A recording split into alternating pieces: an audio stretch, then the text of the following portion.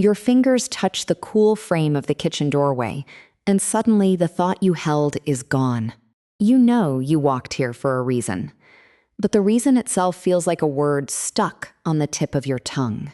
The silence in the kitchen offers no clues, only the quiet hum of a refrigerator you did not plan to open. You retrace your steps mentally, trying to grab the thread of intention before it snapped. Why can a single step into a new room delete a thought that was clear just seconds before? This happens to a person preparing a dinner for friends, a meal they have been planning all afternoon. She wanted everything perfect, and as she set the long table, she noticed the salt shaker was empty. The kitchen held a fresh box of salt, so she walked that way with a single clear intention. It was a routine trip across a familiar house, not a long journey or a test of memory. Yet the moment her foot crossed the threshold, the mental note slipped behind an invisible curtain. She stood motionless between the stove and the sink, feeling a small wave of embarrassment. The first explanation most people reach for is simple distraction.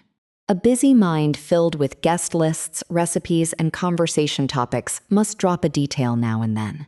Others blame a faulty memory or the creeping forgetfulness that seems to accompany a stressful week. But distraction does not fully explain why the forgetfulness arrived exactly at the doorframe. Pattern is so common that psychologists gave it a name, the doorway effect. You can think of your memory like a book divided into separate chapters.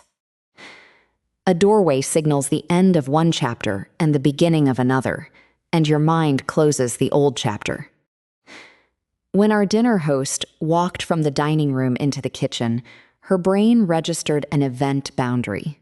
An event boundary is a point where the brain decides one moment has ended and the next has begun.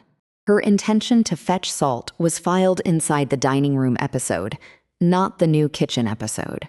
Once she crossed the boundary, that intention became harder to access because it belonged to another mental folder.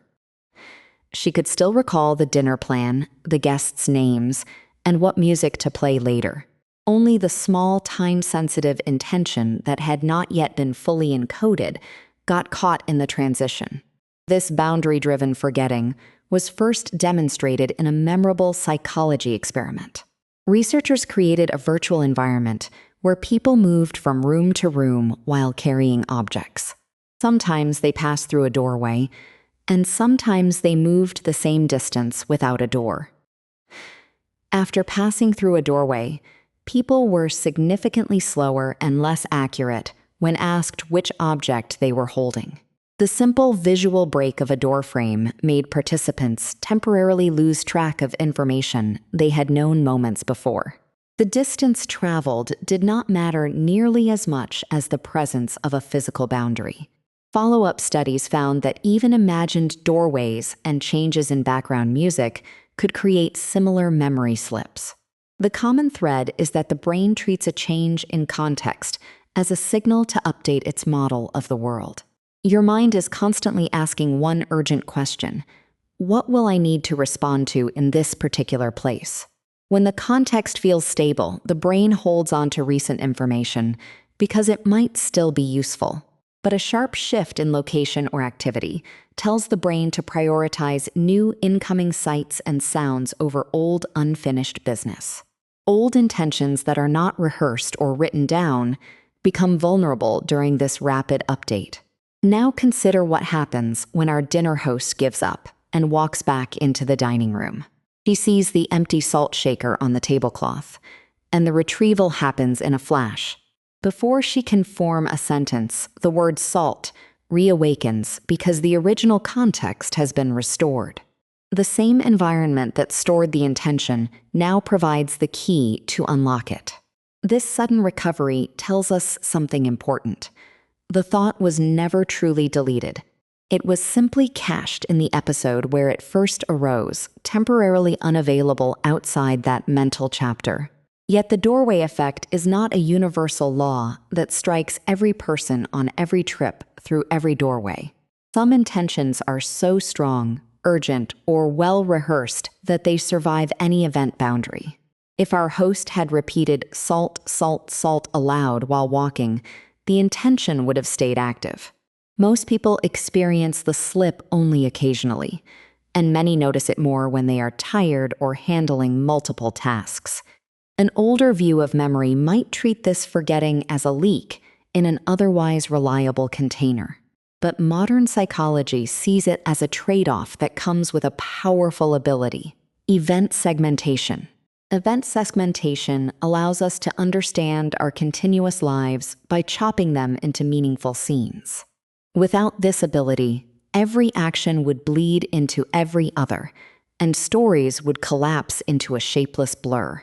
You would struggle to distinguish the drive to work from the meeting that happened after it. You would find it nearly impossible to predict what comes next in a new location because the past would never fully release you. So the momentary erasure at the doorway is actually a sign that your memory is pruning its priorities in real time. Your brain is betting that details from the old room are less relevant than the potential threats or rewards in the new room. That bet usually pays off, except when the old room contained a time-sensitive goal you still need to pursue. This is the slow-building reversal. Forgetting what you walked into a room for is not a failure. It is the small cost of a vital process that keeps your mental world organized and manageable. Now return to the dinner party as the host stands once more in the kitchen, a few minutes later. She has learned to carry the empty salt shaker with her as a physical reminder that bridges the boundary. The object in her hand resists the segmentation because it is present in both rooms, holding the door open across the mental divide. She walks back to the table and sets down the salt, and the retrieval feels effortless this time. The forgetting is no longer a mysterious personal flaw, but a predictable event she can outsmart with a simple strategy. If you find yourself in a doorway with a vanished thought, the kindest response is to step back into the previous room. Let the familiar light, colors, and objects do their quiet work of reactivation. That small reversal of movement often brings the forgotten task back into focus without any struggle. Understanding the doorway effect turns a moment of self-criticism into a moment of friendly curiosity. You can notice the chapter ending in your own mind and simply begin the new scene instead of fighting it. The research does not promise that you will never forget again if you imagine doorframes carefully. But it reframes the experience as a predictable trick of segmentation, not a verdict on your intelligence or competence. The doorway effect also reminds us that memory is not a single recording, but a collection of chapters tied to the places where they were written.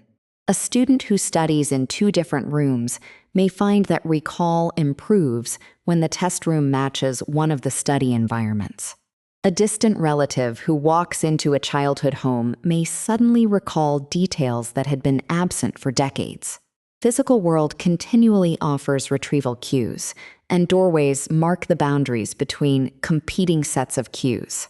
When the brain treats two locations as separate, it isolates some memories from each other for the sake of clarity. Our dinner host never lost her skill, her love for her friends, or her knowledge of how to cook. She only briefly misplaced a fragile intention in the wrong mental folder, exactly as the architecture of memory predicts. And that moment of confusion, when she stood frozen in the kitchen, feels different now. It is no longer a small shame, but a glimpse of the hidden system that chapters her day without her conscious permission. She touches the doorframe again, but this time she smiles, because she knows exactly what her brain has just done. She watches the boundary close and open, and she walks forward with the new room filling her attention. We like to think of attention as a steady beam we control, but the doorway shows us how much the environment actively shapes the beam. A mere change in physical space can reroute what we hold in mind, often faster than our conscious awareness can keep up. Yet this is not a weakness to fix, but a design to admire. one that helps us keep an unpredictable world sorted into manageable moments. So when you next find yourself standing in a room, wondering why you came, let the pause be brief and free of blame. Glance at your hands for a clue, step back if you can, or simply accept that your memory just snapped shut one well-organized chapter. The thought you misplaced in one room is simply waiting for you in the room where it first belonged. And your mind, far from betraying you, was doing its quiet work of helping you understand a world that constantly begins anew.